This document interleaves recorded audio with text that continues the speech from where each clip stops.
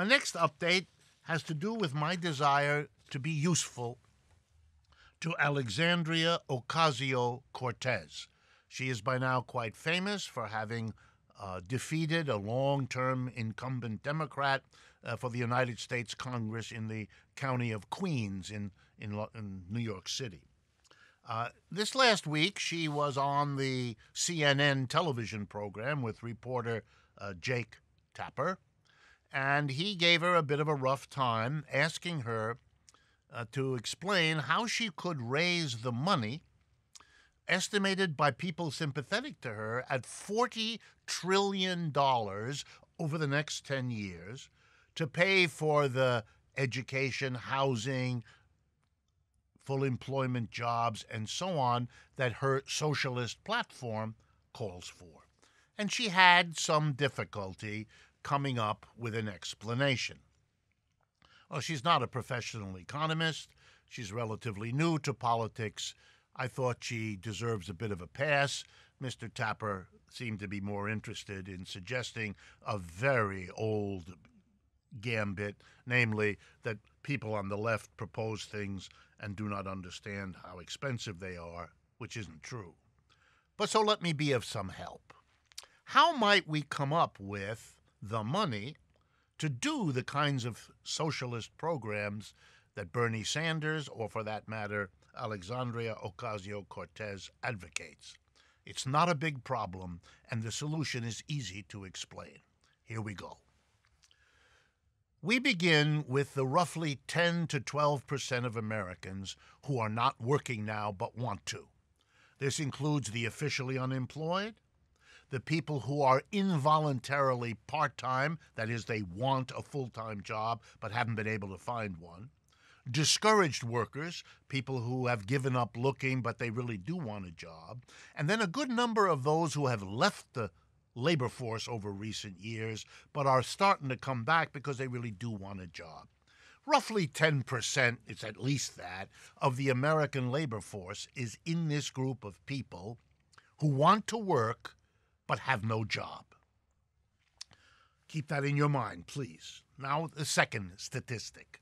The Federal Reserve Bank of the United States, the Federal Reserve System, keeps a statistic called capacity utilization. It's a measure of how many of the tools, equipment, machines, factories, floor space, office equipment, store space, and so on, how much of it is being used and how much of it is idle, not being used.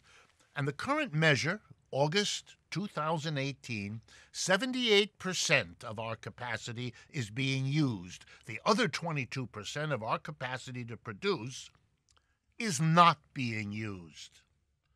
Okay, now I'm an economist. Let's do the simple story. Let's take the 10% of people who want a job and don't have them, and let's put them into the offices, stores, and factories where all the capacity they need to work with, tools, equipment, computers, floor space, you name it, is more than enough from what they need, because more than 20% of the capacity is not used. And guess what? If you add 10% of the labor force to what's working now by putting these unutilized, unemployed people to work, you would increase output by roughly 10% in this country. Every year, that's $2 trillion a year. For 10 years, that's $20 trillion. That's half of what Ms. Ocasio-Cortez needs. And why don't we do that? Why don't we put the people who want a job, who deserve a job, into the places where they can do the work? Their brains and muscles more than enough to work with that capacity. It's only capitalism that can't make a profit off these people that doesn't put them to work. But a socialist society that doesn't have to make profit for the individual producer, that thinks in social terms, that's where the word socialism comes from, would immediately, as Ms. Ocasio-Cortez would explain, socialism puts those people to work, gives them the job they want and need. Not just because it produces all this wealth that can then be used to provide everybody in America with the education and the housing and etc.